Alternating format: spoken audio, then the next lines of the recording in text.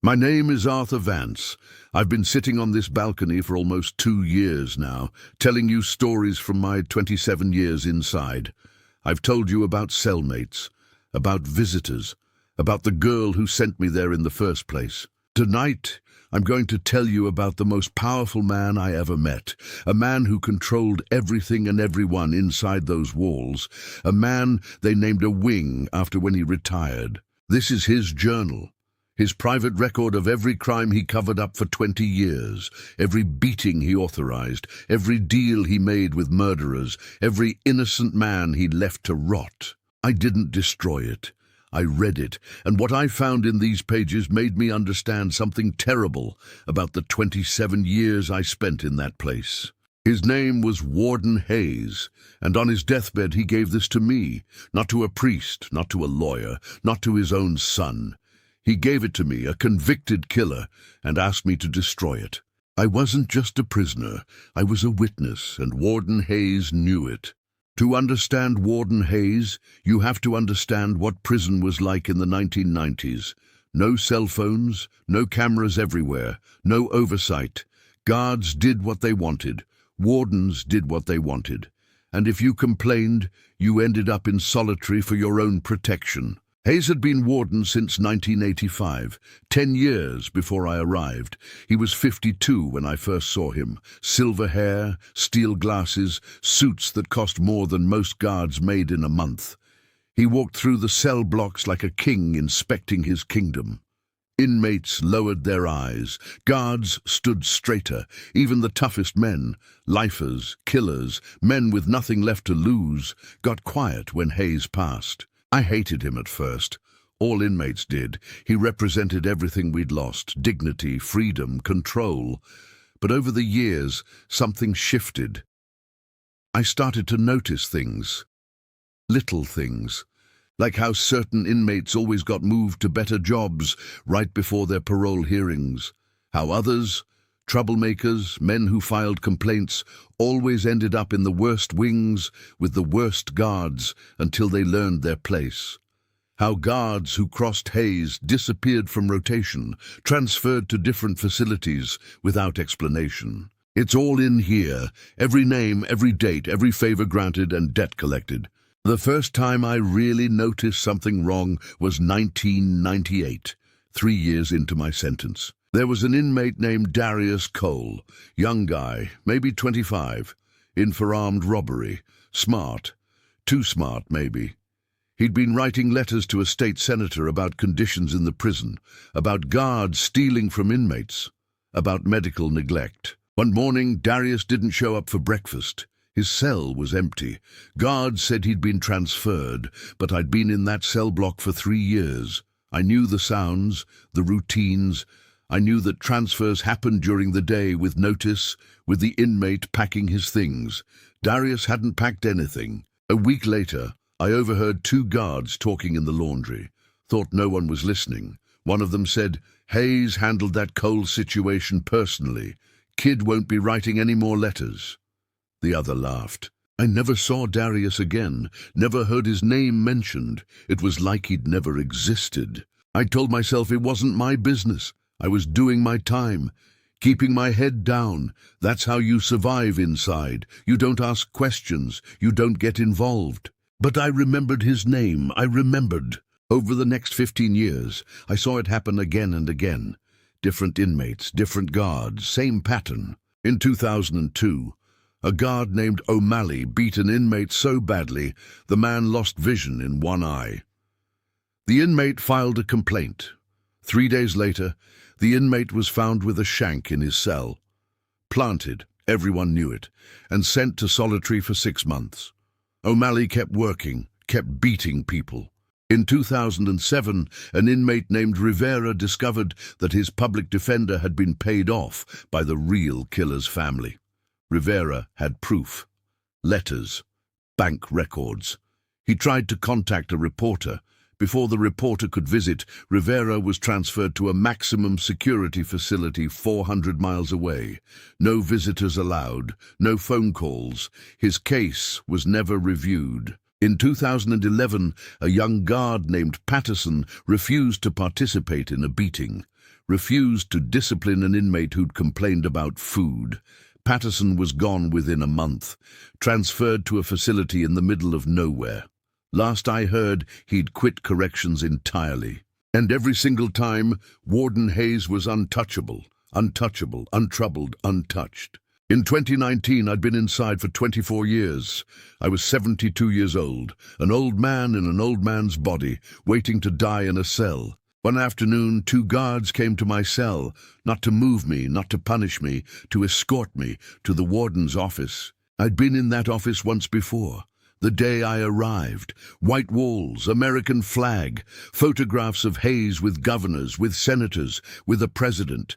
But this time, something was different. Hayes was sitting behind his desk, but he wasn't wearing his suit. He was in a hospital gown, grey skin, hollow eyes, an oxygen tank beside him. He dismissed the guards, told me to sit, and then he said something I'll never forget. "Vance," he said, "I'm dying, and I need someone who knows how to keep a secret." I didn't answer, just sat there, waited. He reached into his desk drawer and pulled out this journal, put it on the desk between us. "Everything's in here," he said. "Every name, every favor, every death, 20 years of keeping this place running." I should have asked why me? Why not his son, his lawyer, a priest? But I didn't ask. I was too shocked, too scared.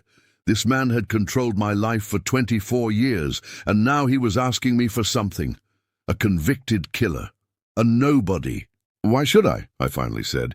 "Because, Vance," he said, "you're in here too. Page 47. Your name, your case, your Elena.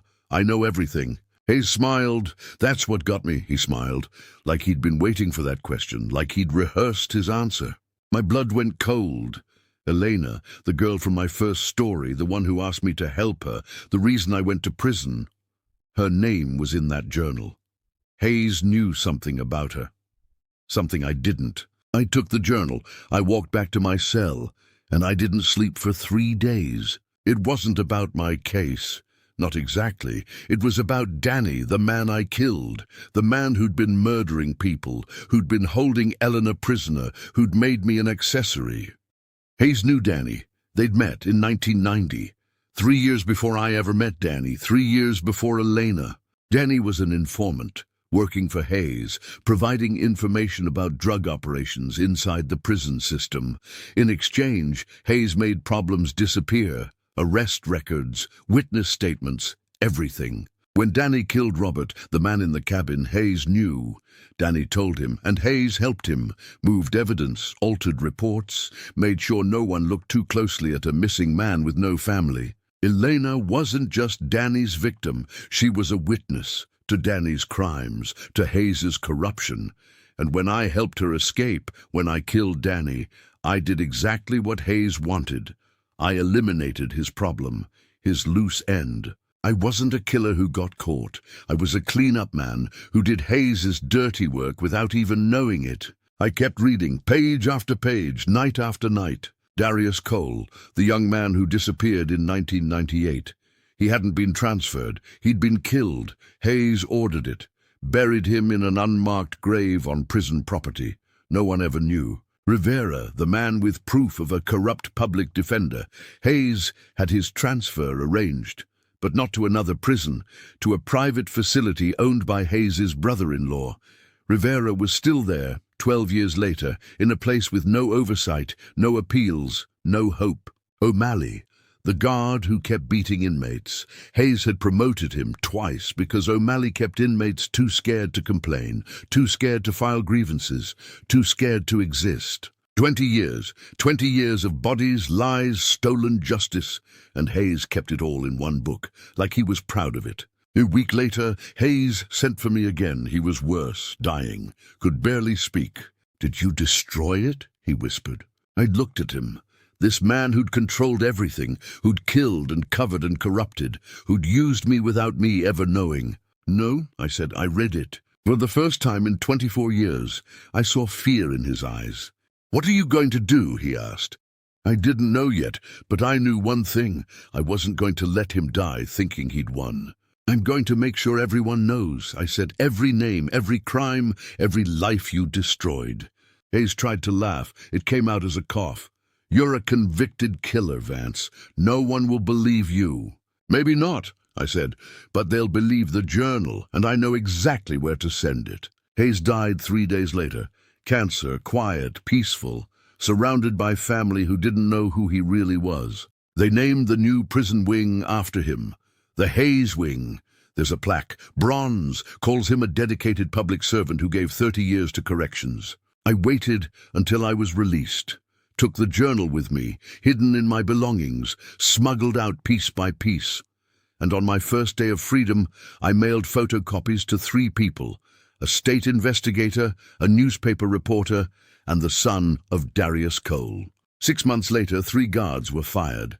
O'Malley lost his pension.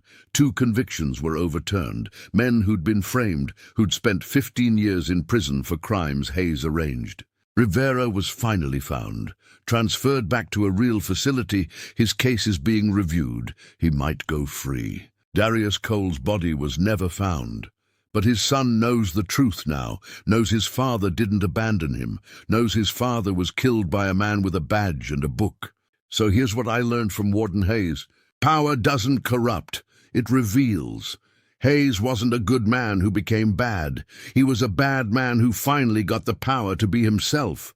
And 20 years later, dozens of people were dead because of it. The system isn't broken. It was built this way, built to protect people like Hayes, built to bury people like Darius Cole, built to make sure the powerful stay powerful and the forgotten stay forgotten. But here's the thing about secrets, they want to be told. Hayes kept this journal for 20 years, kept it close, kept it safe. And in the end he couldn't destroy it, couldn't let it go, because some part of him wanted to be found out. Wanted someone to know who he really was. And you are never just a victim, you're a witness. I spent 24 years in that prison thinking I was powerless, thinking I just had to survive. But I was watching, I was remembering, and when the time came, I had the one thing Hayes couldn't control: the truth. So if you're watching this and you're in a place where you feel small, where the powerful people seem untouchable, remember, they keep records, they make lists, they write things down. And one day, someone will find those things. One day, someone will speak. I'm 78 years old. I have a stack of letters on my nightstand from people I've never met, inmates' families, journalists, lawyers. They all want to know more. They all want to help. That's what the truth does. It spreads, it grows, and eventually it becomes too big to ignore. I kept my promise, Hayes. I didn't destroy it. I shared it. And now your name isn't on a plaque. It's in a dozen investigations, 100 news articles, 1,000 conversations. That's the thing about building your kingdom on secrets. Eventually the walls fall, and everyone sees what's inside. Good night. Be the one who remembers, be the one who speaks, and whatever you do, don't let them write your story for you.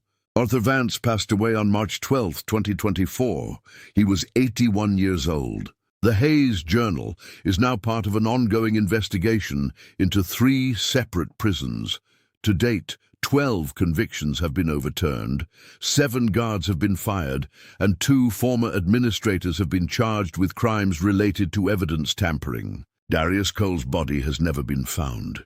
His son, Marcus Cole, now works as a prison reform advocate. He keeps a copy of the journal in his office. Rivera was released in 2023. He spent 16 years in a private facility with no appeals. His first phone call was to Arthur Vance. They spoke for 47 minutes. Arthur never told anyone what they discussed. If you know something, if you've seen something, speak. There is always someone who will listen. There is always someone who will believe you. The truth wants to be told.